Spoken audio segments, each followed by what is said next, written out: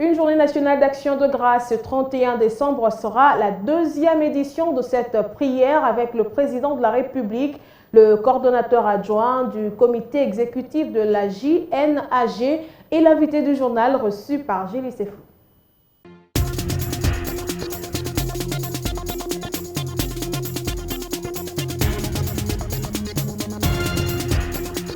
Le dernier jour de l'année 2020, Madame, Messieurs, sera marqué par la Journée nationale d'action de grâce, à quoi prendra part le chef de l'État pour une deuxième édition consécutive. Nous en parlons avec le coordonnateur adjoint du comité exécutif, Monsieur Jacques Chilombo. Joyeux Noël d'abord. Joyeux Noël à vous. Alors, vous êtes fin prêt avec les préparatifs? Oui, tout est fin prêt. Il n'y a que le Saint-Esprit qui va finaliser le travail. Voilà, on veut parler de la particularité de cette journée, du pourquoi et de comment. Quelle sera la particularité de cette deuxième édition? Comme vous l'avez dit, à la première édition, nous avions le chef de l'État, à part le fait de rendre grâce à Dieu pour le pays qu'il nous a donné, avait pris soin de demander pardon pour tous les péchés, ses péchés et le péché de tous ceux-là qui l'ont précédé dans la gouvernance, et finalement dédier la nation à Dieu. Donc cette année, la particularité serait, nous allons adorer abondamment le Seigneur pour le bienfait de 2020, mais plus encore, lui consacrer l'année 2021, consacrer à la fois la nation, le projet divin à travers le quinquennat du chef de l'État, mais aussi toutes les différentes institutions et les animateurs de ces institutions-là entre les mains de Dieu. Nous allons prier pour chacune des familles congolaises dans ses besoins, dépendamment de tout ce qu'il y aurait comme un programme national sur le plan social, sur le plan sécuritaire et tout.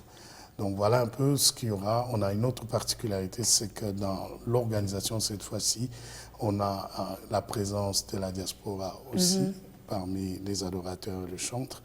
On a intégré les provinces. Il y a des points focaux dans chaque province en termes de préparation, dans l'intercession, mais aussi le jour même. Ah oui, c'est quand même une affaire nationale, ça ne devrait pas se faire qu'à Kinshasa à chaque fois. Non, on devrait avoir donc différentes représentations des différentes confessions religieuses en province pour créer des zones de concentration dans la vie de prière et l'organisation. Et puis, ça commence quand même quelques jours avant, n'est-ce pas? Avant que le 31, on vienne vraiment boucler la boucle. Oui, donc du 28 au 30, nous avons un temps de jeûne et prière nationale. Cette fois-ci, nous allons, donc la nuit du 27, on commence minuit 27, passage de minuit 27 au 28, jusqu'à 18h. À chaque 18h de chaque jour de jeûne et prière, il y aura un bon nombre de serviteurs de Dieu dans différentes chaînes de télé et radio qui ont accepté de nous accorder l'espace, qui va clôturer donc ce temps de jeûne et prière avec la population. Deuxièmement, le 31 même, si rien ne change, nous aurons différentes chaînes nationales, la chaîne nationale et différentes chaînes du pays qui vont relayer l'événement pour que chaque Congolais dans sa maison puisse arriver à prier avec nous en même temps. Je dois souligner un élément important, la particularité de cette fin d'année, c'est que dans un temps de confinement, ça me rappelle un peu le confinement avant la délivrance du peuple d'Israël en Égypte. Il y a eu confinement. C'est cette nuit-là que Dieu a dû amener chaque famille à s'approprier le combat de la délivrance. Il ordonne à chaque chef de famille de rassembler tout autour de lui sa famille et de manger l'agneau sans tâche cette nuit-là. Et nous avons le même approche pour cette fin d'année, alors qu'il y a confinement, il y a couvre-feu dans le pays. Cette nuit-là, pasteur et quiconque, chaque chef de famille, rassemble tout autour de toi ta famille, connecte-toi à la chaîne où tu as accès et prie avec nous. Vous parlez de la nuit, pourtant, vous parlez déjà le 28, le 29 et le 30 à chaque 18 donc, heures. à chaque 18 heures déjà, on se connecte, on prie avec chaque famille pour le pays. Il y en a qui seraient peut-être à l'extérieur de la maison, il y aura des radios.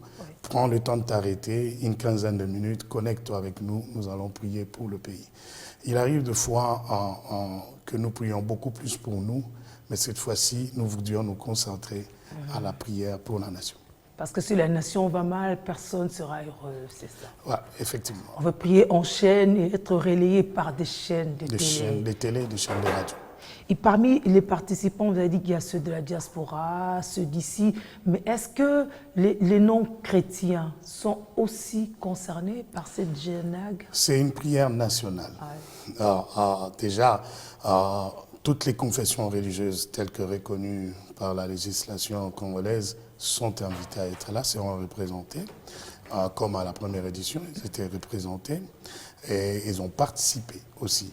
C'est sûr que dans la liturgie, on a simplifié la chose de manière à ce que ça soit une participation de tous autour du chef de l'État, qui, j'aime bien le dire, se retrouve ici être le pasteur de la nation. Il est le berger. Le pasteur, prenez ici comme berger, il conduit le peuple, le troupeau de Dieu vers un vert pâturage. Il sera entouré de quelques hommes de Dieu qui représentent ces différents regroupements religieux pour participer à la prière. Il y a les invités du chef de l'État qui peuvent être ses accompagnateurs des institutions nationales, ils peuvent être les opérateurs économiques du pays, parce que tous nous sommes concernés par le vécu de ce pays. Si Dieu bénit la nation et que ça avance, je crois que du gouvernant vers le gouverné, quelle que soit ta confession de foi, nous bénéficierons tous de cette bénédiction-là. Vous parlez des jeûnes et prières alors que les Congolais vont dire ils ne mangent pas, il est confiné, il y a la maladie. Ça ajouterait quoi dans sa situation de chaque jour? Rendre grâce à Dieu, c'est d'abord une attitude de reconnaissance. Reconnaître qu'au-delà de ce qui ne va pas, il y a quelque chose qui va. C'est cela votre adresse, votre exhortation pour Noël et pour cette journée nationale d'action des grâces?